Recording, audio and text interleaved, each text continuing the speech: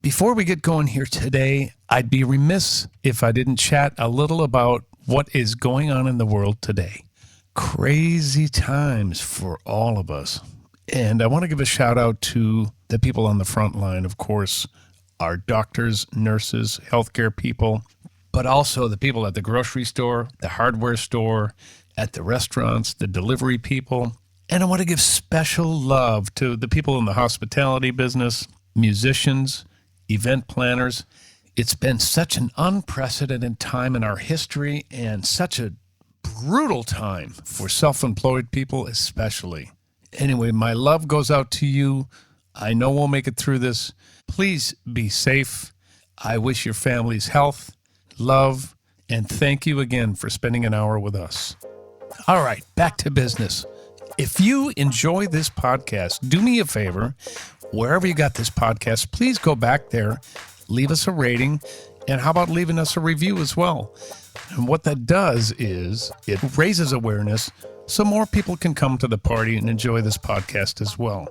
We'd also love to have you along for the ride as our partner. You want to help us put on this show?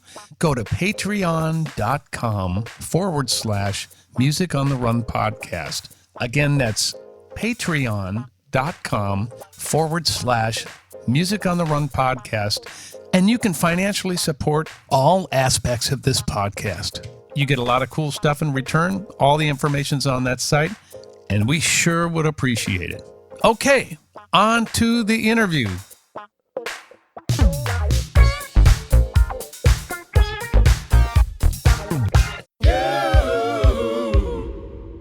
Hey everybody, St. Paul here, and welcome to episode 13 of Music on the Run. And this is our first Zoom interview from the famous Peterson basement here.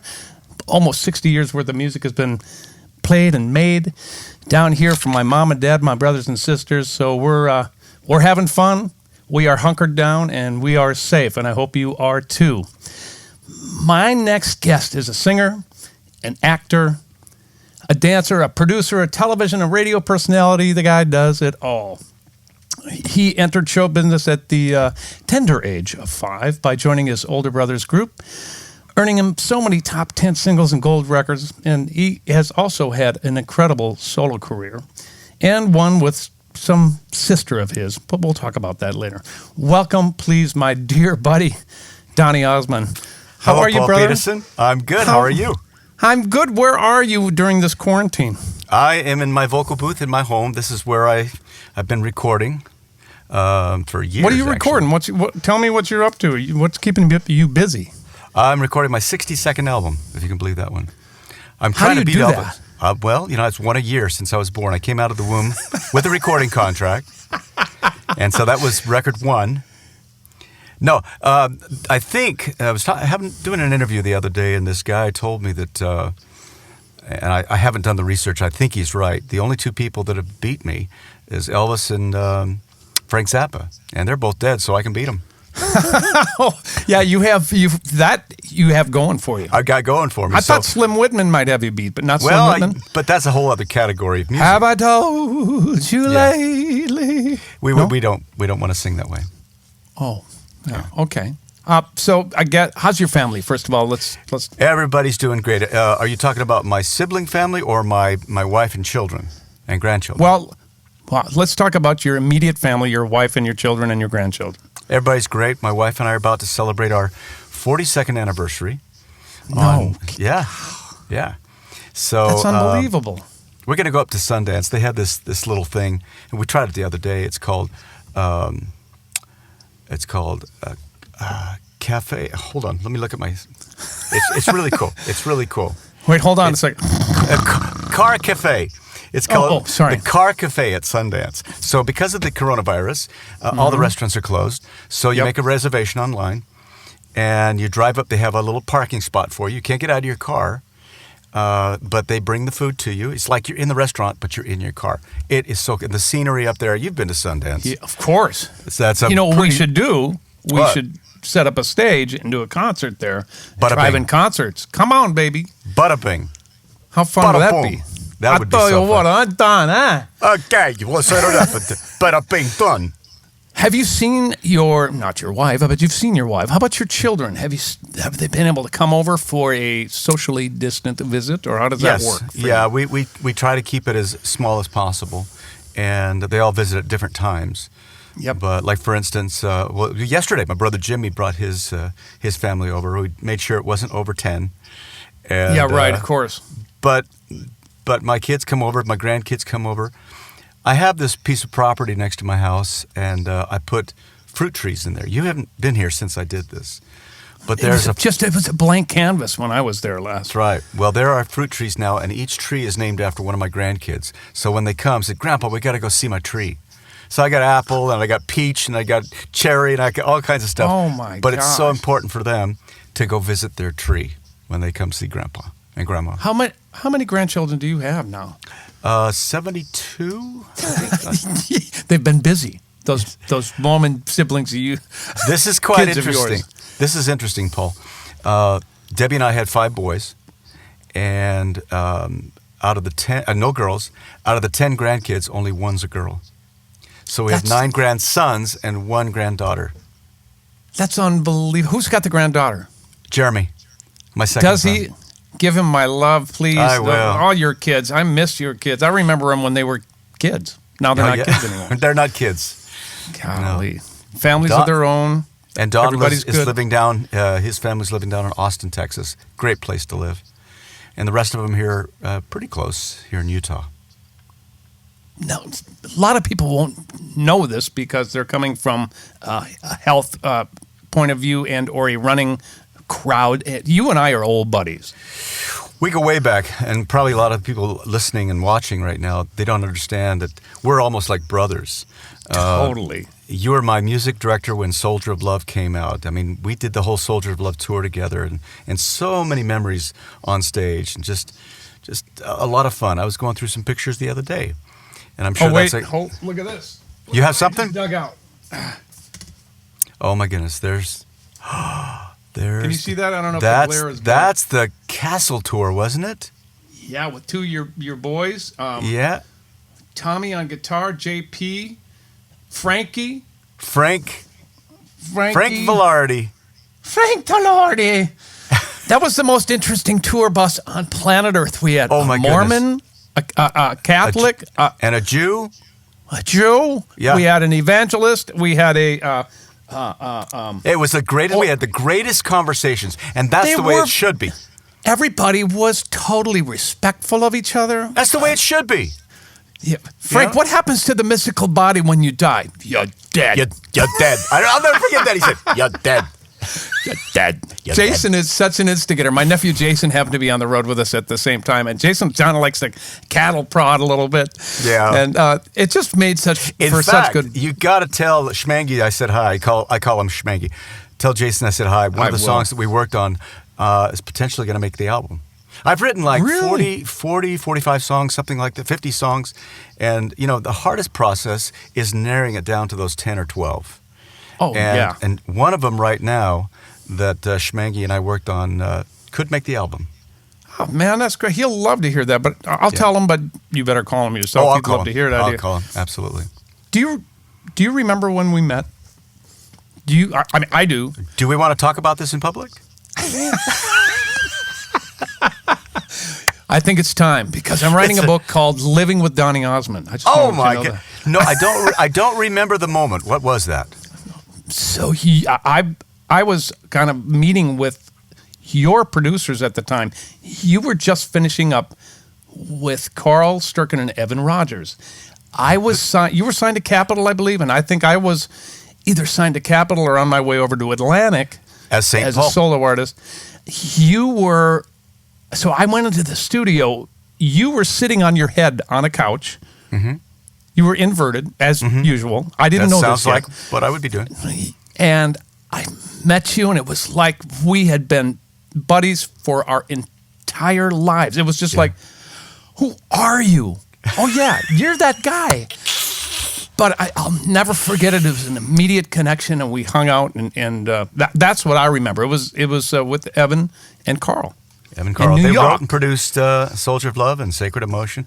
Talented guys. In fact, they're pretty much responsible for discovering Rihanna. Did you know that? I do know that. Mm-hmm. I do know that. Isn't that, man, what a career that girl has had. Oh, my goodness. Woo. Yeah. So do you When remember? Umbrella first came out, I remember when Umbrella, I would listen to it over and over and over again. Did I they couldn't write stop. that? I hope think they so. did. I hope so. I think so. Would you like Yeah? me to find out? Yes. Because they're so talented. Ask me some other questions. Do you remember the name of the song that we produced on your nephews after we met? Oh, I don't.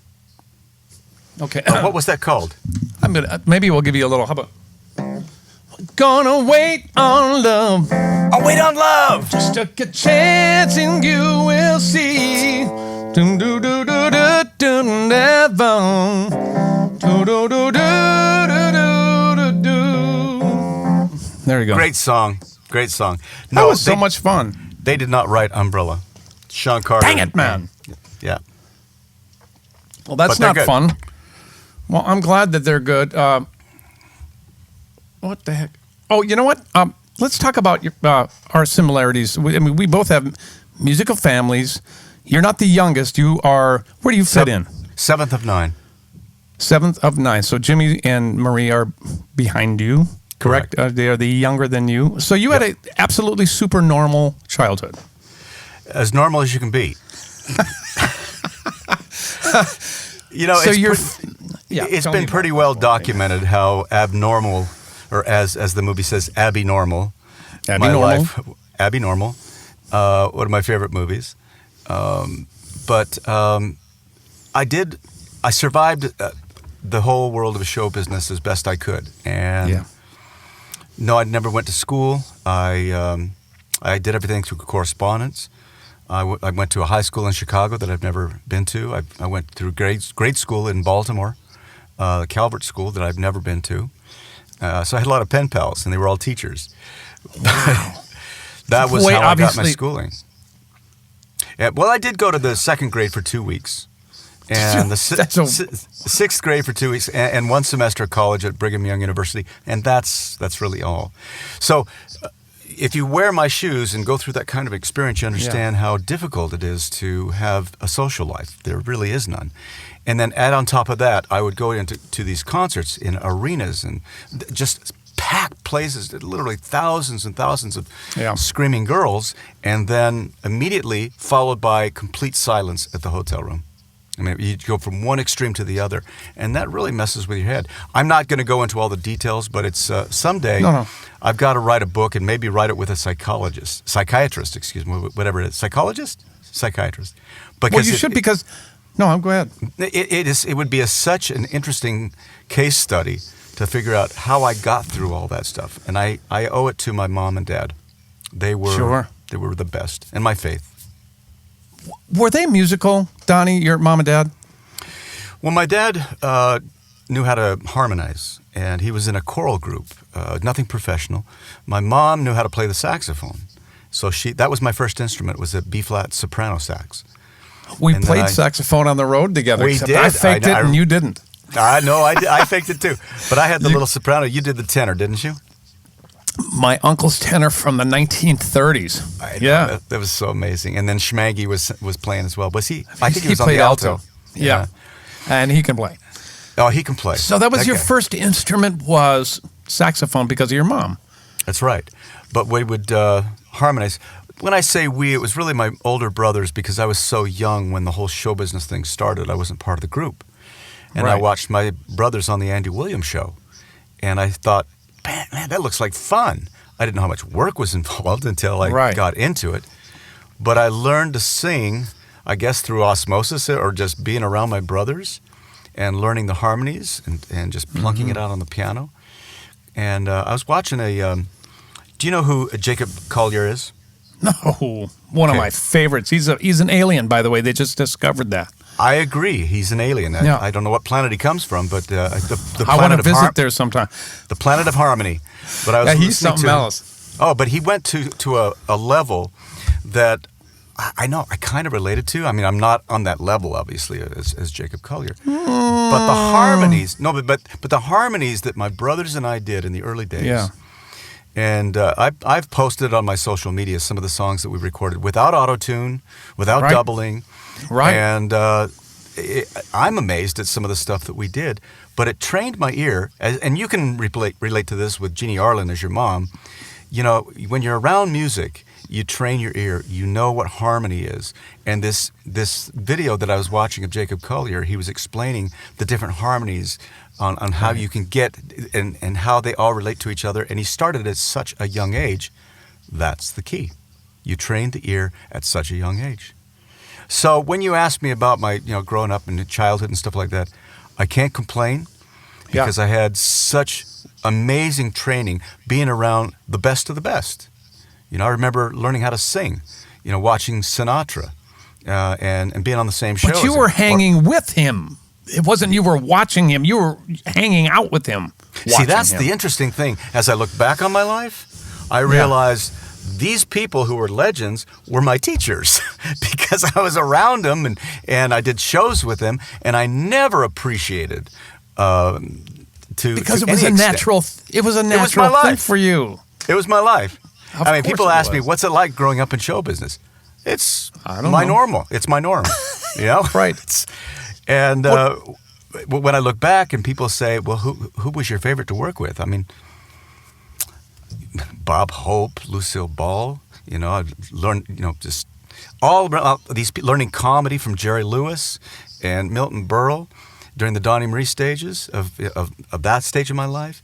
But then I go back further, and Henry Mancini was my pianist, and Henry Mancini was my conductor. Dave Grusin was my pianist. Nobody good then. Nobody good. So in between shows at Caesar's Palace, I'd say, "Hey, Dave," and I'm this little teeny kid, Hi, Dave. Hey, Dave, will you do me a favor? And he said, "Can you show me some chords?" So Dave Grusin would sit me down at the piano and show me chords and harmonies, and I realized what I was singing based upon what he was playing. And then I was able to put the two together. How did music choose your family? I mean, your father, you said, was semi-musical. Yeah. Your mother played the saxophone. But was there a plan? What was he formulating to thrust your brothers into the limelight? How did that come about? Pretty interesting story. And not a lot of people understand that, they just thought, well, we just decided to get into show business. Right. Can't be. It was an economical thing. No kidding. Yeah. As my two oldest brothers, as you know, are hard of hearing. Mm-hmm. So we had to buy them hearing aids and batteries and take them to special schools. And so it was an economical thing where we had to pay for all this stuff. And not that my dad said, okay, you guys get to work. Right. There was just a natural tendency for harmonies, and one thing led to another. And another interesting little bit of a side story, trivia, the Children's Miracle Network, right? Of course. It's everybody knows that. My mom started that. Your kid, for some reason, I thought your sister did. No. Well, she claims. Your mom did. She claims she created everything. Oh, yeah. She wrote the first song ever sung, too. So. I write the songs. I wrote that one, too. But, no, my mom, if you dig down deep enough, you understand that the Children's Miracle Network is under the auspices or umbrella of the Osmond Foundation. And so my mom created a foundation initially to help the hearing impaired because of my brothers. And that just blossomed into just helping children in general all over the world. And it's become one of the largest, if not the largest, children's charity. But that was really the impetus of the whole show business thing, is to help pay for hearing aids for Verl and Tom. Olive, get the kids out there on the stage. Let them harmonize for a minute. Make $20. Then come back and pick them up in a couple hours. 20? So we could have made 20? I was making 2. So what is it like to make music with your brothers? You got your older brothers. Look, I'm the youngest, so I understand that growing up with older brothers and sisters. were they mentors to you then as well? Alan was really the guy in charge. He was the oldest of the group, and of the five of us. And we would always look to Alan because there always had to be a leader on stage. Right. We couldn't have five leaders. Uh-huh. And even when Andy Williams would tell us, okay, you guys are going to do this, you're going to do that, we'd get all this music from George Weil and all these great writers back then. Earl Brown was a genius at harmonies, but he'd throw us these arrangements. And we'd look at all these little ants on this music, and it's like, there's too many ants here. And Right. Alan would pluck out one note at a time, and because he knew how to read treble and bass clef. I never learned bass clef. I just had to worry about the lead and sometimes the harmonies. Right. But we would, we would spend hours, sometimes all day, behind this piano in our rehearsal hall. And our mom would bring us food, and just so we could just keep going and not stop. But So your dad trying? How was he involved? He was more like a manager at that point in time. At that Okay. point in time, he was kind of like manager. But then Don Williams, Okay. Andy's brother, stepped in when things started going, and Is that eventually, right? Okay. eventually, the manager I have today, Jim Morey, was my manager back when I was about You 9 or have- 10 years. Isn't that amazing? No. We parted ways and Yep. started doing our thing. And then about, 8, 9 years ago or something, we came back together. And we have plans, Paul, Do you? when this coronavirus thing ends. Yep. Of course, you never really know how the plans are going to go out. You can have great intentions, and then you just follow as you release it. But I'm so proud of this album. I've put together a show that's ready to go as soon as the venues are ready to go. Right. And Good. it's the next stage of my life. You were part of a very important stage of my life when Soldier of Love came out. It's all about reinvention. I apologize beforehand because I'm going to get a little philosophical here. Okay? Please do. That's what show is all about too, because everybody out there wants to know. Not the normal questions from the guests that I have. Right. Because of our friendship, I would cherish that aspect of this interview big time. Well, there's a thing called the sigmoid curve. Have you ever heard of it? Sigmoid Yes. curve? So everything, in my opinion, everything in life has a kind of a relationship with a sigmoid curve. I'll draw it in your way. A sigmoid is like an S. It comes up and then it goes out. So a career is the same way. You're trying, you're building, and all of a sudden, if your product is good, which you got to make sure, it'll catch if you have the right momentum. And then everything's got a lifespan, and it peaks. Donny and Marie in Las Vegas, we experienced that. Let's see. So many things are rushing in my head. Yeah. Let's go to Donny and Marie for a second. So we went there with a 6-week contract, and we ended up 11 years later saying, okay, we have to reinvent something. But within that sigmoid curve of Donny and Marie, we were peaking, right? Okay. So we created another sigmoid curve, and that was change the show. We got repeat business time and time again. And matter of fact, during meet and greets, a lot of people would say, this is our annual pilgrimage. We go on a trip, and the destination is Donny and Marie. In fact, this one couple said, this is where we have spent all of our anniversaries for the last 11 years. This was what we do. And now that you're leaving, we'll have to get a divorce. Because we have no place to go. And you're responsible, young man. I'm responsible. But the sigmoid curve was part of it. The reason I'm getting into that whole philosophical thing is that I'm starting a new sigmoid curve as soon as the coronavirus thing is over. Some of the people I'm writing with, do you know who Amy Wadge is? I don't. Amy wrote Thinking Out Loud with Ed Sheeran. Man. Just amazing writer. She's so prolific in her lyrics. So I sent her an idea. I met her last January in Los Angeles before the whole Corona thing hit. Mm-hmm. And she lives in Ireland, and she said, I want to do a song with you. I want to write with you. So I said, I'm going to come up with a concept, and I'll send it to you. I finally came up with it last Saturday in the shower. So I'm singing. Of course, it's where everything is invented. Either that or Okay. some other portion of the bathroom. That's true. Bathroom is probably the most important room in the house. Yes. But I came up with this idea. I started singing, and Debbie was in the other room, and she heard me sing. She says, "Hey, what is that?" And I'm not going to sing it for you right now, Right. but I said, I think this is the idea. And I came up with the lyric concept, and so I Zoomed her. And Sounds she painful. it was enjoyable. So she lives in Ireland, so I Zoomed her over in Ireland, and I said, I think I've got an idea. And so, I mean, as you know, this is how things work. Sometimes it's painstaking, but other times songs write themselves. This song is currently writing itself.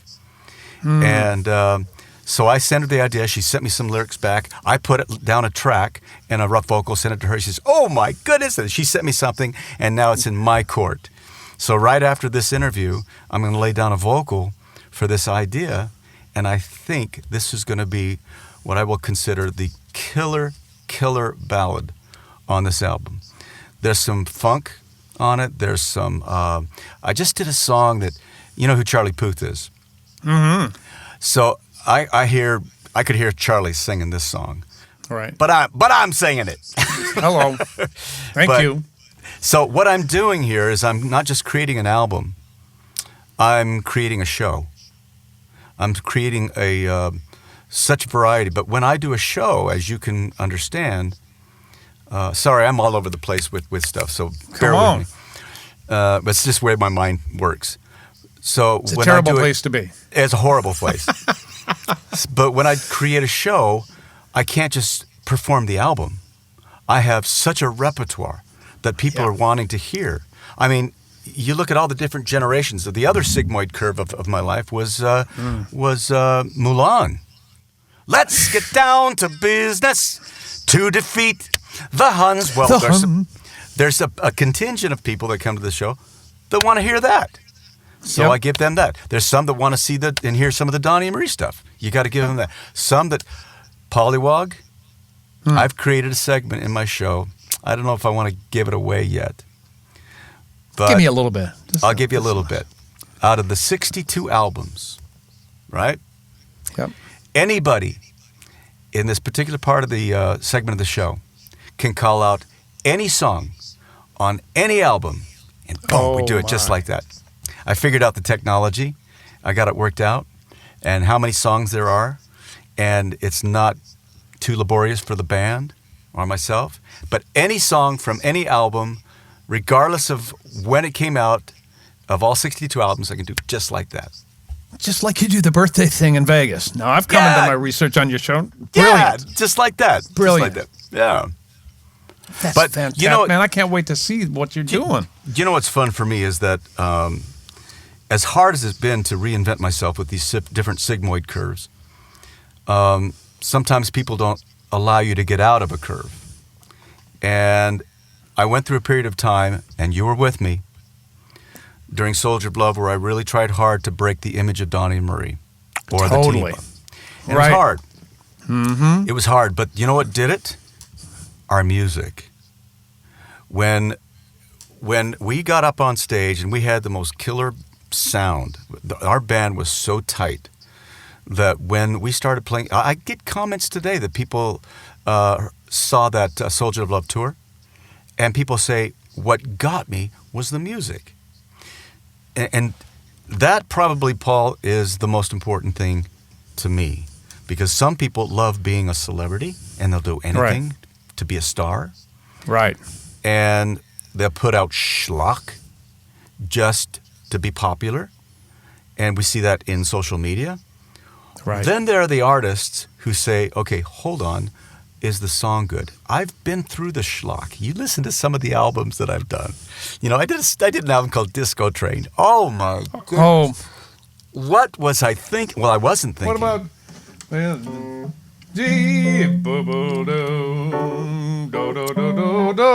That wasn't And the Disco song- Train.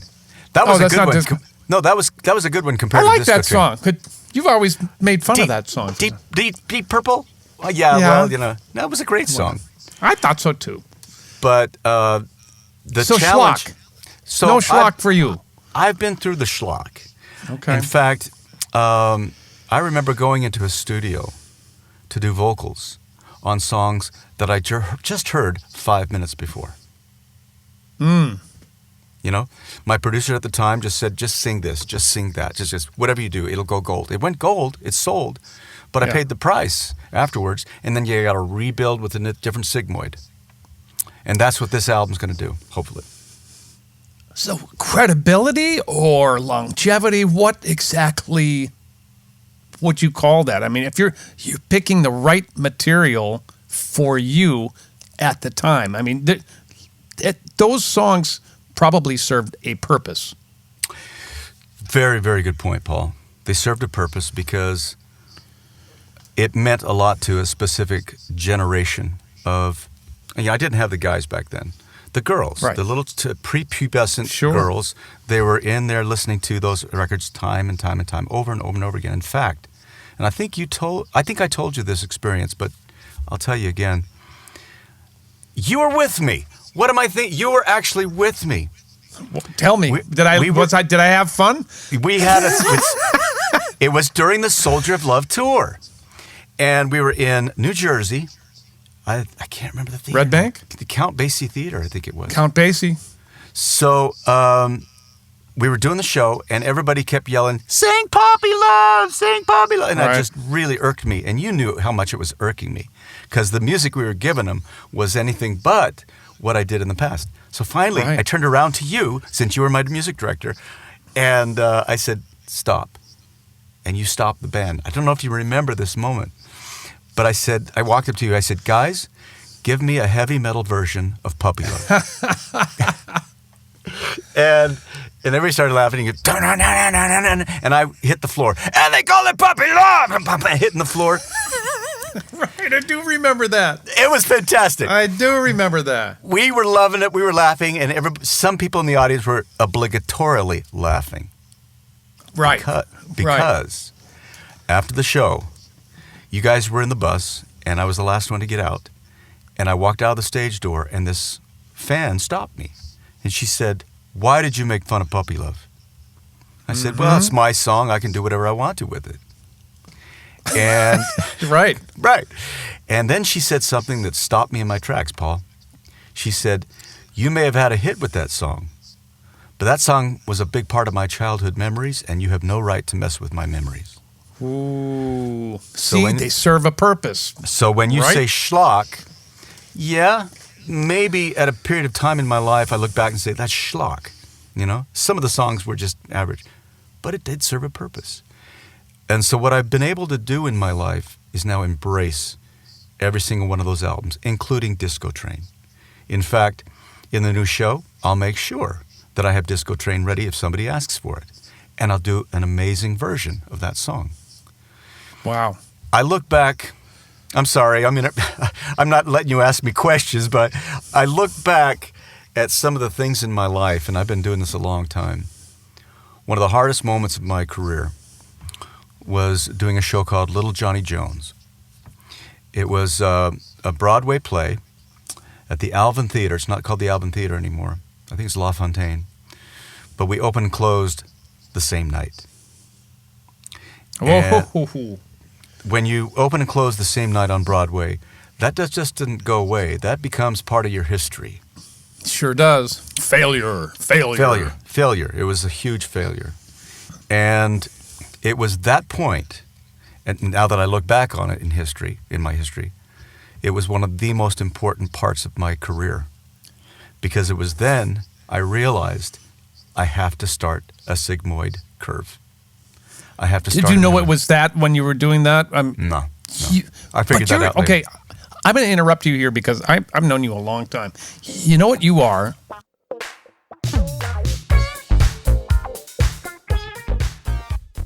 We're going to break away for a second here so I can tell you about a couple really important items. Number one, we have a brand new highlights page on YouTube. We want you to check it out. It's especially made by our intern, Jake Miller, for people who don't have quite enough time to sit through the entire video podcast. It's a great way to catch up on some great tidbits of information from all of our guests. You're going to have to search for it, I'm afraid, just simply because we need more subscribers on there in order for us to get a custom URL. But it's Music on the Run Highlights. You know what else is on there, you guys? A brand new feature that we've been doing strictly on Fridays. It's called Funk Friday. Got to have a little funk for your weekend.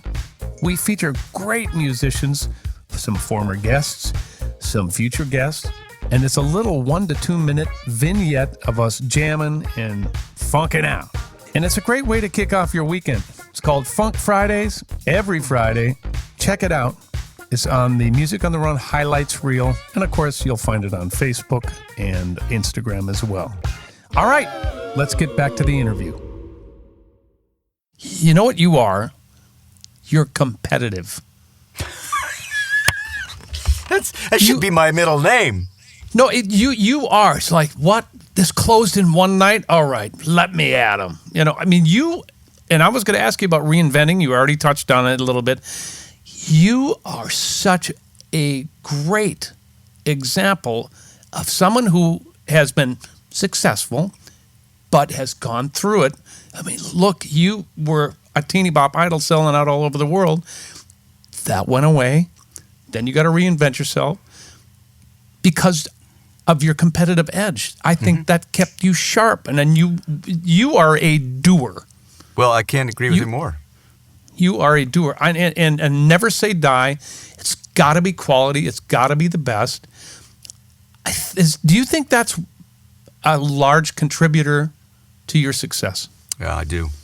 I think that's really cool that you see that, because without that competitive edge, you settle for status quo, and you hit a plateau, and you stay there for the rest of your life. And maybe that's something you want to do. That's fine. I can't do that.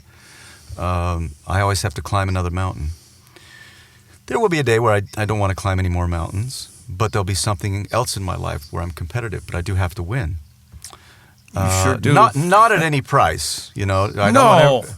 Because those kinds of people lose sight of the most important things in their life. Their family. You know, that's the first thing that they'll lose with that. Right. I got to win at any price. But you know, we talked about Little Johnny Jones, and it was the impetus for change. In fact, it was about 10 years almost to the month from that closing to the opening of Joseph and the Amazing Technicolor Dreamcoat. And I opened with a 6-month contract. Is this mid-90s? Mid-90s? 92. And we closed in 82, I believe it was, in Johnny Jones. Wow. And I had a 6-month contract, and I thought, how are we going to do this for 6 months?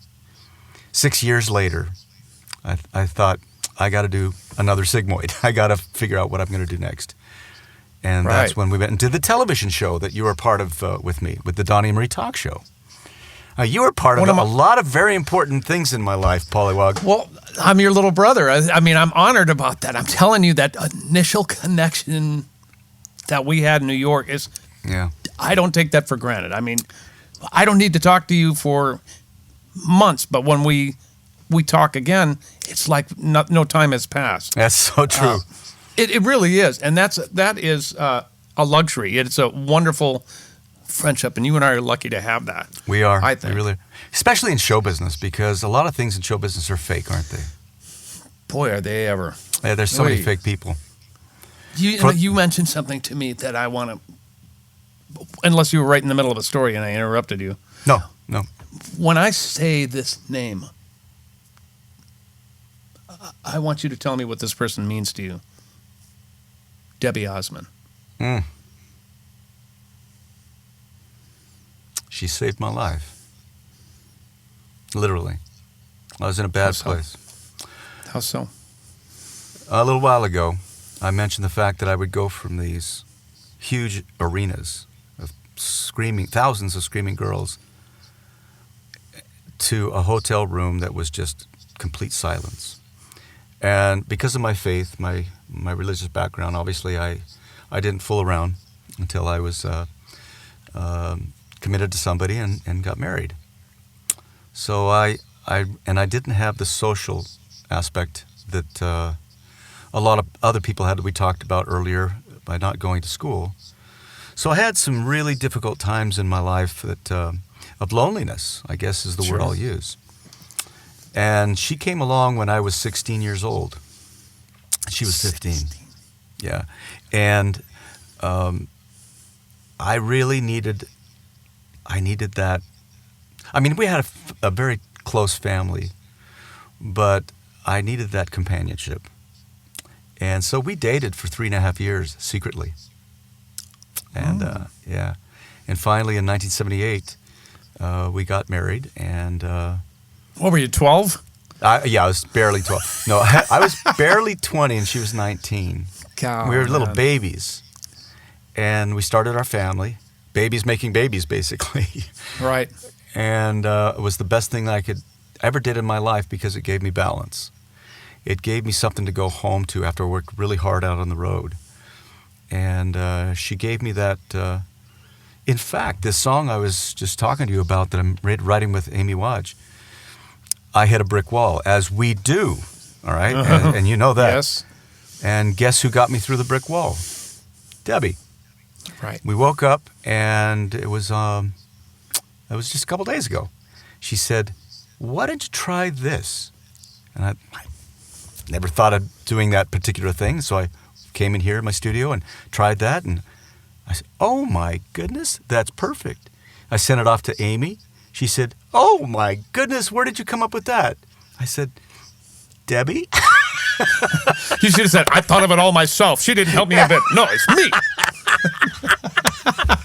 That's that competitive edge, right? No, that's right. No one helped me. She's been able to give me a different perspective on life when show business can really give you a twisted perspective on many subjects. You know, I love what I do, Paul. We love getting out on stage. We love creating music. That's what you and I do in our lives. Right. But without our wives, we don't have that stability, that sure foundation. And, that is the word. Yeah. That is, you hit it right there. Yeah. So. Yeah. Thanks to them. She's something else. How many years now? What did you say? 42. I'm coming up on 30 in October with Julie. You'll never catch me. No, I'm not going to catch you. But congratulations to you.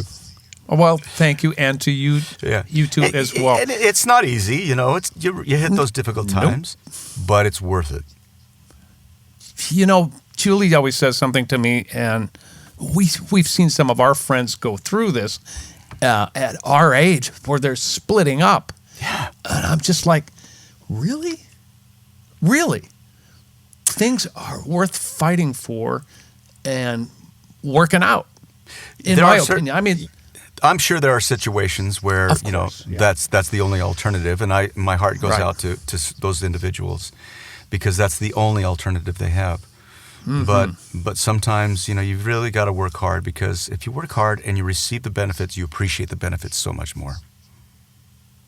Big time. Hey, I want to bring you back to 1998 when I was in. It was the Donny and Marie television show. Yeah, 98. Is that right? We started at 98, and no, 90 end of 98. I think you're right. Is when we started. Okay, so you called me on the phone. We're buddies, and you said, "Pollywoggle." Of course, that's my name. In case you didn't realize that. Pollywoggle.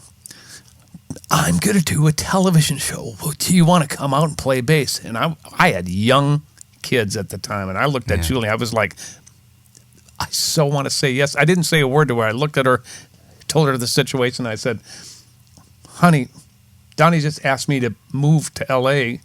and do a television show with him and his sister. And I thought for sure she was going to say, absolutely not. She said, as long as you get me help, you go there, because otherwise you'll regret that you didn't do it. So she was instrumental in, and again, we're talking about our wives again. That's right. She supports, our wives have supported us in a goofy business, but that time out there and hanging with you, not only musically, but also we were roommates for a short amount of time, which was unbelievable. Pollywoggle, why don't you just come over here? I'm never here. I fly back home all the time. I'm like, okay. That was unbelievable. But Great one times. thing is the reason I bring that up, buddy, is that at that point in my life, I was still a little bit of a wild man, partying and doing all sorts of stuff. And you were gone. It was the NAMM show, and I got pulled over and got a DUI. I remember this. I was mortified to tell my roommate, and who happened to be my boss at the time. You know, can you imagine what would be going through my brain at that? I'm like, oh, I'm going to get fired. And I think you and I spoke about it, and you wrote me the most supportive, incredible man-to-man note that changed everything, man. I mean, you really helped me through a rough patch in my life, and I love you for that and many other things. Too. But bro, that was unbelievable.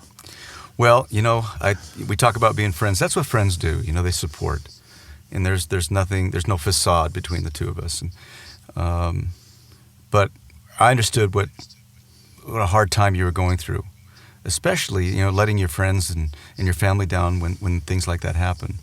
But look at you now. Look what you've done. You pulled yourself 21 out. years, baby. Dude, I'm so proud of you. 21 years. So proud of you, man.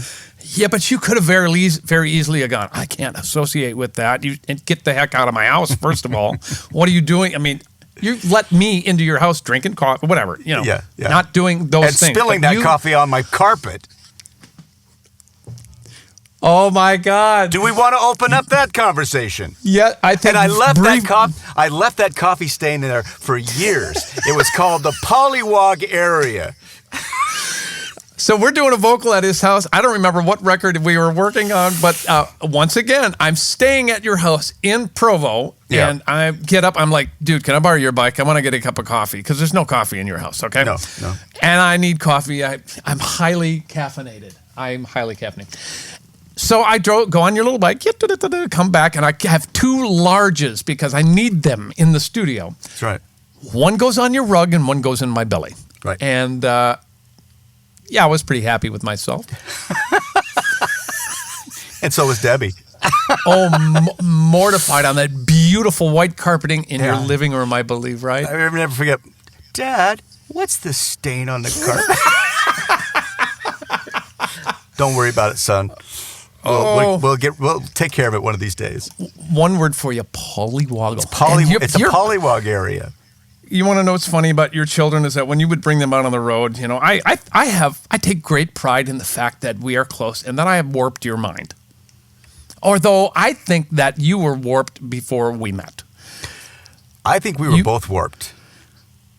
But we're strange little ducks, and we egg each other on, and it's hilarious, and it just goes to show you that you know, we have a good time when we're together on the road, and that's what it's all about. And one of the things with music on the run is how do you survive being on the road? So let's move into that aspect because actually this is called Music on the Run, and one of the things that we want to talk about is survival on the road. How do you stay in such good shape when you're away from home all the time? Especially let's talk more about what you were doing recently, and that is the Donny and Marie show in Vegas. Right. Well, you always have to have a workout regimen. You always have to be pushing yourself. I guess, again, that's the competitive edge of mine. Number one, you are what you eat, okay? And so I really try to eat healthy, but sometimes you can't. But the show itself, the way I perform, I exert so much energy. I'm all over the stage.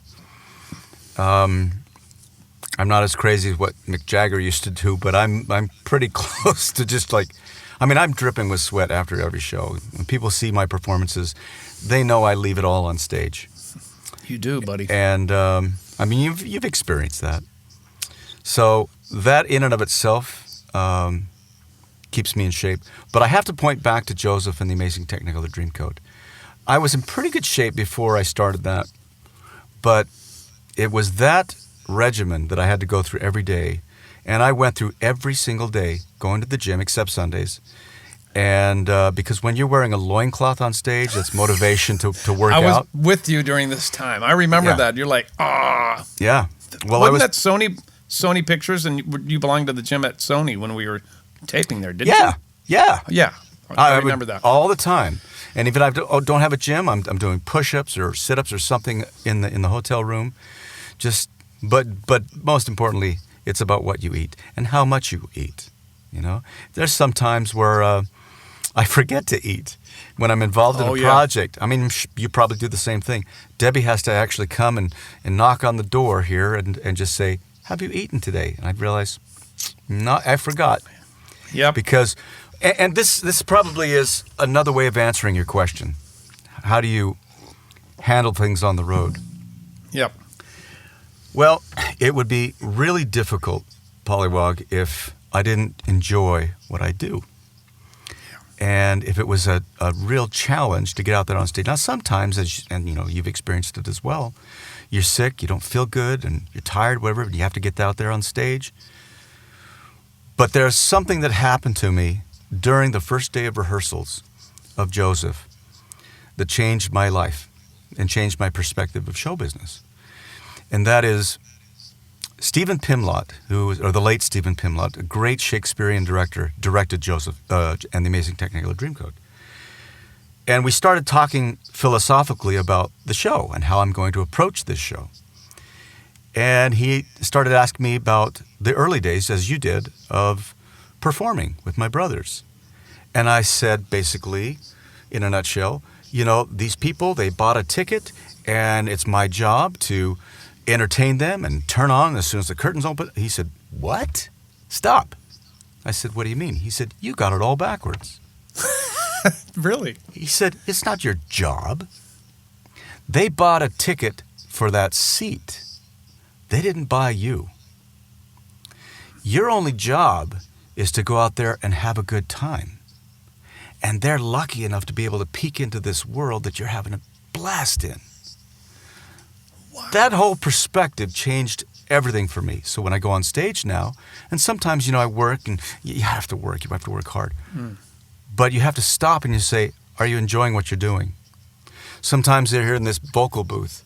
I get so frustrated. Why isn't this idea coming? Why isn't this song developing the way I want it to? And then I stop and say, are you enjoying being who you are? Are you enjoying what you're doing? So Perspective, baby. Yep. And so when you say, how do you survive out on the road? It's hard being away from home. It's hard, you know, going from hotel to hotel, waking up. And what city am I in now? You have to look at the, you know. But then you say to yourself in those hard times, do you enjoy this? Here's another little tidbit of information. There's nothing like failure, like little Johnny Jones, as we talked about earlier. There's nothing like those moments to make the sweet moments better. And during those difficult moments out on the road, you stop and think, how did you feel during the closing night of Little Johnny Jones? How did you feel when you released this record and there was no action at radio? How did you feel when all of these things have to come into your mind and say, get perspective on what you're doing. You're going out on stage and you're creating music. You're taking You're taking these people in the palm of your hand. I remember watching Elvis Presley in Vegas. He had the audience right in the palm of his hand, and I studied him. How is he doing this? He's having the time of his life because he's the king on stage. And people are just lucky enough to be able to peek into that world. And all of these things, because of experience in my life, has taught me, be grateful. Yeah, you're out on the road, and it's hard, and it's all this stuff. You're making music.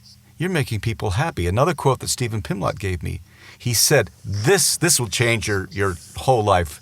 Just this saying right here. Are you ready? The theater is a place where people come to dream in public, and you're in charge of that dream. Oh, is that beautiful? Isn't that prolific? Oh. And when you walk on stage and you realize, I'm in charge of this dream right now. You know, you take it seriously, at least you should take it seriously, and then you start singing, and then you create music. And I mean, sometimes I just close my eyes when I sing, and some people think, you know, open your eyes, whatever, you know. No, I go into another world. You've experienced that. Every musician has experienced that. It's another language that we start speaking. And all those people in the audience. Everybody understands it. That's exactly. the key. It's a language that everybody understands worldwide. And so many people would love to be in your shoes when you're there on stage creating music. You know what, Donny? Billy, the Planet Willard, my brother, he has that same philosophy, and he's, of course, taught me so much. He says, get out of your own way. Oh, man. I learned that, too. Get out of your own way. Just let it come, man. But you and I are men of faith. We allow to have that come through us and get into the people who are in that audience, because that's a gift that we've been given, man. That's right. There's no two ways about that. Let the music flow out of you. Don't get out of your own way. I love that. That's perfect. Here's another one. Here, just another Planet Willard-ism. We play. We don't work. It's not in the music business. We go to play. We play our instruments. We don't work our instruments. That's right. You know, so we play. We don't work. If you remember that, because as you've said, and as I've watched your career and of course researched for this, I see all the different things that could have totally made your life miserable. And you are one of the, I must say, one of the very few people who is fairly unscathed by the whole thing because of your mental approach to it, because you realize what these things are, because you're competitive, because you want to continue doing quality, good work, because you have the support of your wife. All of these factors, in my opinion, have made you the guy that you are. And everybody says, "What's Donny Osmond really like?" And I'm like, "Go watch him. That's really him. He smells kind of bad." It does. Yeah, that's the fact. I got to work on that. There's a little smell factor if you get too close, but it's not good. He should bathe more. That I learned from you. Thank you. Thank you for the compliment. I appreciate that. I really do. No, really. I mean, you could be a very different guy. You could have Debbie once again to the rescue, your faith to the rescue. You could have been going through those peaks and valleys. You could have been a drug addict. Dude, I mean, so many of our friends have gone down that road. And what do you attribute to being able to be so level-headed through all that? Well, the first thing that comes to my mind, besides, first of all, thank you for the compliment, is that $5. We both are people of faith. And if you keep that in perspective, all of the things that you are blessed with come from on high. And big time. If you're grateful for it, those blessings can continue, if God willing. And if you keep acknowledging your gratefulness, you know, that God is willing to bless us and give us these talents and these opportunities. And maybe somebody would love to be in show business, but they don't have that God-given talent. Well, they've been given different kinds of talents. And as long as we can always respect deity and remember the example of Jesus Christ. I mean, I don't want to turn this into a religious discussion because so many people... No, but this is you. A personal thing, but this is me. This is you, and that's what I want. I follow the life of Jesus Christ, and he was very humble, but he wasn't weak. He was a very, very strong man. He had confidence with humility. And it's a fine line to have confidence with humility, because when you go on stage, and again, I learned this from Elvis, was that you go on stage not saying, "Oh, I hope you like my music. I hope you like this song. I hope you..." No. You go out there saying, "You're going to love this. You're absolutely going to..." It's attitude. You're going to love this. I mean, you look at a guy like James Brown, you know, with all of his problems, he came on, he was like, you know, the best on stage because he believed in them. Everyone who you admire on stage comes out there with confidence. Some people take it way too far. I won't give you any examples that I've had with some of these individuals, but they take it way too far, and they forget that when the curtain closes, you put your pants on one leg at a time, just like everybody else. Right. I love this one experience. I love coming home and doing the domestic things, taking the garbage out, mowing the lawn, just doing the things that everybody else does, right? I don't have servants to do all those But kinds of things. you're a gearhead, and you like wiring your studios. You like gadgets. You like mowers. You like that everything. kind of stuff. You're into that. I was on my mower. This has been a long time ago when Mulan first came out.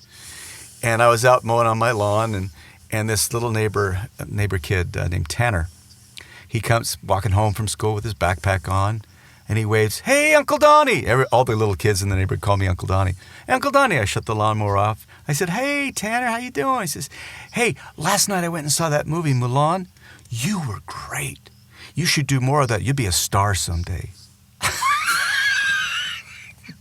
And I thought, out of the mouth of babes. I love that. I love that. You know, just it keeps you humble. I'm gonna wrap it up a little bit because I know I want to be respectful of you. Well, yeah, I got to sort go of mow the lawn. respectful. Yeah. You need to get out to your tractor, but I need to ask about your brothers and sisters. Mm-hmm. How is everybody doing? Well, they're all getting up there in age, obviously. Yep. So are you, by the way. Yeah, so am I. But you'll always be older than me. yeah, I knew you were going to say that. Well, but everybody's doing great. Oh, by the way, wait. What color is my shirt? What color is it? You know, I wore this. You know, I've worked with two guys who have a color associated with them. Mm-hmm. Purple, that is, Prince, and you. Yeah. So but see, for you, my darling. Here's the thing. I had purple long before Prince claimed purple. But he's... So I played with the originator then. I know. And I'm honoring you. I'm honoring you today with the purple shirt. I'll never forget meeting him. And obviously you knew him better than I did, but we were working on a song. I don't know if you remember this. We were at Paisley. Me and Ricky at Paisley. We were working on a song up in that room on ADATs, and I walk into the control room, and it was the most interesting conversation because there are certain people who are so cerebral, and when they look at you, it's like they're looking through you. Peter Gabriel did that to me as well. He was one of the executive producers of one of the albums. It was the Soldier Love album is basically is the one he was. And he would walk into the studio when I was over at in Box, over in England. And he would come in and just drop the strangest ideas. And I thought, okay, that is weird. But guess what? We did it, and it worked. Prince was the same way, where when it came to music, he was like, okay, so focused. And he knew exactly what he wanted to do. And he was a genius. I mean, there's Michael Jackson. I knew him so well. Of course you did. And he was so focused on his music. There's the key. Those people who are very successful in this industry, you know, they don't sing and record music or albums and things like that to be a star. They want it because they're an artist. And there's a big difference. Oh boy, is there ever, man. Yeah. Go back to your brothers and sisters. Everybody's getting up there. I interrupted you. Okay, everybody. I still have everyone. I haven't lost any of my siblings, thank goodness. Thank God. So it goes from Verl down to Tom and then Alan. Unfortunately, Alan got MS years ago, but he has got the most amazing attitude. He's such an inspiration in my life. And then Wayne. What's that? Good guy, I said. He's a great guy. I love your brothers, man. I've had so much fun with them. Yeah. And then there's Wayne, who is, he unfortunately had a brain tumor, and they operated it. It was a successful operation, but he lost his hearing, so he can't sing anymore. What? Yeah. Oh, my. And so he's completely retired from show business, but again, great attitude. He's the comedian, isn't he? He's funny. Just walk in the room and you start laughing. And then there's Merrill. He goes out there every once in a while and does some gigs. And Good. then and Jay, I think he's pretty much retired from show business as well. Okay. And then that's me. And then Marie, she's got her television show that she's doing on The Talk, and she does a great job. And then Jimmy, unfortunately. How is Jimmy? Yes. How is For he those doing? who don't know, he was performing in England, and in what they call a pantomime. And during the show, he had a stroke. Ugh. And here's the strange thing about it: he kept going. He kept performing. What? And right afterwards, he went to the hospital, and unfortunately, there were no doctors there, and so he had kept having a stroke, and they came at 6 a.m, I believe, and helped him. But he was here at the house yesterday. He's progressing. Okay. It's a long process, and he's progressing faster than a lot of people thought he would. But you know how some people have strokes and they end up in a very, very bad place. Jimmy is in a very, very good place. He still has this sense of humor and his love, and he's still my little young brother, and he's got all those memories. None of that was taken from him. Good, thank God. Yeah. Please give everybody my best. I will. Tell them I love them, and your kids and your lovely wife, your better half. Yes, for sure. One thing I want to remind you of, before your dad died, we were hanging out, probably the band and everything. He came, pulled me aside, and he said, "You take care of my son." Oh, really? Talking about when we were out on the road, you take good care of him, watch out for him. And I always watch out for you, man. That's cool. Yeah, he was a great man. Isn't that cool? Great guy. He sure was. Great guy. What's up next for you? The record's coming, and then you've got some surprise shows. What else? The record, well, I'm totally focused on the album right now. It's finishing. That's my number one priority. But as I said earlier, this album is not just a bunch of music. It's the show. So I'm creating the show along with it. It's a technological nightmare with all the stuff that I wanted to get done on this show. Perfect for you. Oh, but it's right up my alley. It's totally up your alley. You will thrive and win, by the way, because you're a competitive son of a gun. So some of the guys that I'm working with to help me with this, they think, that's impossible. I said, that's what you think, and we're going to get it done.